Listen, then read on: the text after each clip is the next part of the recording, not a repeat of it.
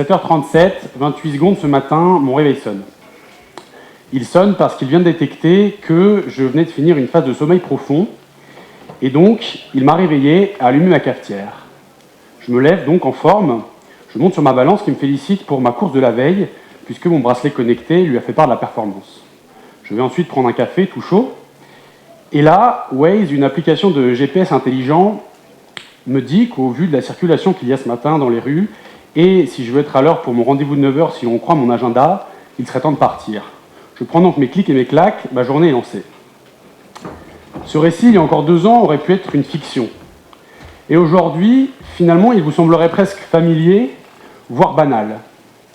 Pourtant, le soir même, je vais à l'écurie, je vais monter mon cheval, je ne le trouve pas très en forme, pas très carré, sans vraiment savoir ce qu'il a. Je fais quand même une séance de plat, et puis, sans grande inspiration, après quelques ronds dans le sable, je le ramène à l'écurie, je le soigne, et je rentre chez moi avec ce sentiment un petit peu amer que finalement, peut-être qu'il aurait mieux fait de voir le vétérinaire ou l'ostéopathe plutôt que de faire cette séance, et puis que cette séance que j'ai faite, est-ce que vraiment elle a apporté quelque chose? Est-ce qu'elle m'a fait progresser? Est-ce qu'elle a fait progresser mon cheval? Pas certain. Et mon téléphone, qui le matin même savait me réveiller, me dire d'aller prendre mon café, de partir, combien de pas j'avais fait, m'a laissé là, seul, avec mes questions. Et quelque part, tant mieux, me direz-vous. Tant mieux, parce que comme vous, j'aime aussi l'équitation pour ce qu'elle a de mystérieux, ce qu'elle a de simple, et parfois même de déconnectant. Pourtant, je suis un grand enthousiaste à l'idée de me dire que cette filière va être changée par le digital. J'ai plaisir à imaginer comment le sport de haut niveau va pouvoir s'emparer de ces nouveaux outils, comment les pédagogues vont pouvoir créer de nouveaux usages, et surtout, comment nous allons pouvoir améliorer le bien-être et la santé de nos chevaux. Alors oui, mesdames, messieurs, je pense que le digital arrive dans la filière équine. Je pense qu'il arrive dans la filière équine comme il arrive dans toutes les filières, avec ce qu'il a de meilleur, mais aussi ce qu'il peut avoir d'inquiétant. Rabelais disait « Science sans conscience n'est que ruine de l'âme », et donc je vous propose de vous proposer une vision de ce que pourrait être l'équitation digitalisée. Une vision biaisée, certes, car celle d'un start-upper qui croit donc en cette digitalisation. La vision d'une équipe aujourd'hui d'une vingtaine de personnes qui chaque jour œuvrent à essayer de créer ces nouveaux usages, mais une vision qu'il me semble intéressant de pouvoir discuter avec vous, puisque le digital a cela de génial, qu'il n'est pas entre les mains d'une personne, d'un groupe de personnes, mais entre les mains de chacun de nous, utilisateurs d'applications, supporters de campagnes de financement participatif, ou tout simplement professionnels de la filière. Mais venons-en aux faits. Je pense que le digital apportera d'abord à la filière de la précision et de l'objectivité. Aujourd'hui, sur un terrain de rugby par exemple, l'ensemble des joueurs sont équipés d'un capteur qui va permettre d'analyser leur déplacement sur le terrain, leur vitesse de pointe, le placement de chaque joueur ou l'intensité des impacts.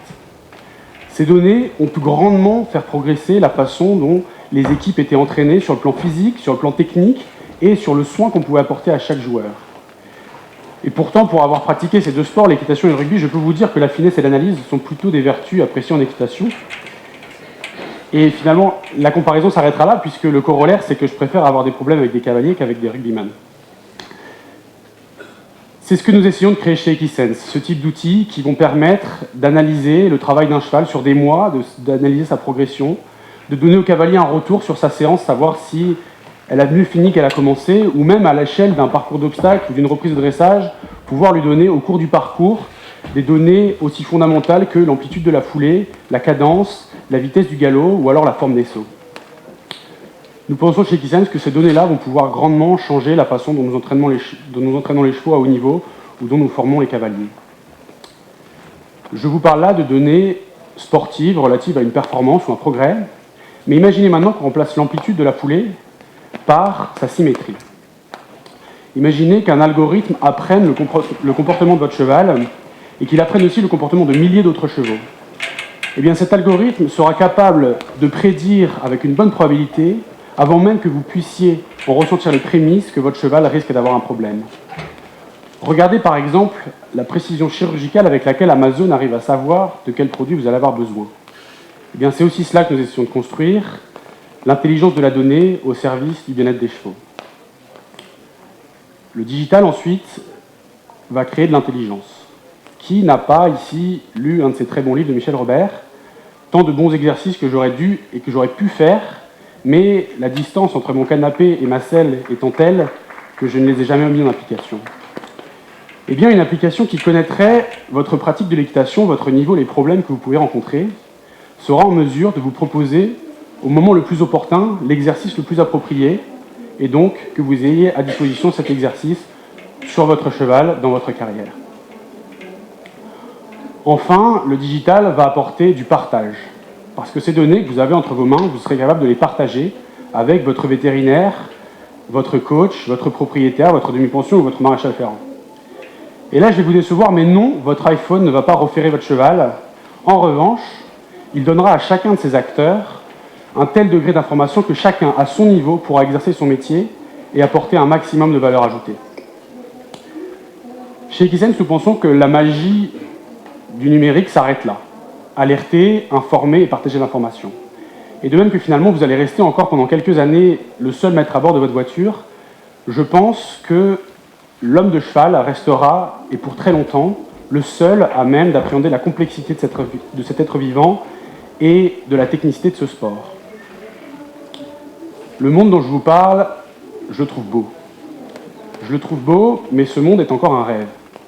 C'est un rêve parce qu'il a deux freins. Le premier, et on le balayera vite, est d'ordre technique, puisque, confronté à la réalité du terrain, toutes ces bonnes idées prennent du temps, puisque la recherche a des processus longs et que certaines des innovations dont on a pu parler là devront d'abord être vulgarisées sur d'autres, devront être maturées sur d'autres marchés pour pouvoir être vulgarisées dans la filière. Mais ces innovations arrivent vite, et donc je pense que ça prendra du temps, mais qu'elles arrivent. Le second frein, et c'est celui qui, je pense, est intéressant de discuter ici, est d'ordre éthique. De quel numérique voulons-nous pour la filière équine? Je pense que c'est intéressant d'en parler, et j'espère pouvoir en parler avec vous aujourd'hui. Et pour finalement introduire ce débat, je vais vous proposer 3 principes que nous avons chez Equisens et qui guident notre travail. Le premier principe est que l'équitation connectée devra toujours aller dans le sens du cheval. C'est-à-dire qu'elle devra grandir le cavalier, lui permettre d'avoir une équitation plus efficace, mais aussi et surtout d'avoir une équitation plus respectueuse du cheval. Et peut-être même que l'aspect ludique que peuvent revêtir ces applications pourront permettre à tous les cavaliers d'appréhender des notions très complexes de biomécanique ou d'anatomie du cheval qui sont nécessaires à pouvoir pratiquer, progresser en équitation et s'occuper d'un cheval. Le second principe est que la technologie devra rester simple. Aujourd'hui, je vous l'ai dit, les objets connectés que j'utilise sont une balance, un réveil, une cafetière. Pourquoi? Parce que ce sont des objets simples qui s'inscrivent dans des usages que j'avais déjà, mais qui me simplifient la vie. Eh bien, demain, vous devrez être capable d'aller monter à cheval simplement, de rester en communion avec votre cheval, et que la machine s'occupe pour vous de capter la donnée, de l'analyser et de vous proposer uniquement ce dont vous avez vraiment besoin. Le dernier principe, et sûrement le plus important, c'est que la technologie sera non invasive. Non invasive d'abord et de façon évidente, puisqu'elle ne touchera pas à l'intégrité physique du cheval ou de son cavalier, mais non invasive aussi puisqu'elle ne s'interposera pas entre le cheval et son cavalier dans la relation qu'ils peuvent avoir. Trop souvent aujourd'hui, on est déçu de voir en société que des gens se coupent d'une discussion ou d'un groupe parce qu'ils sont derrière leur écran.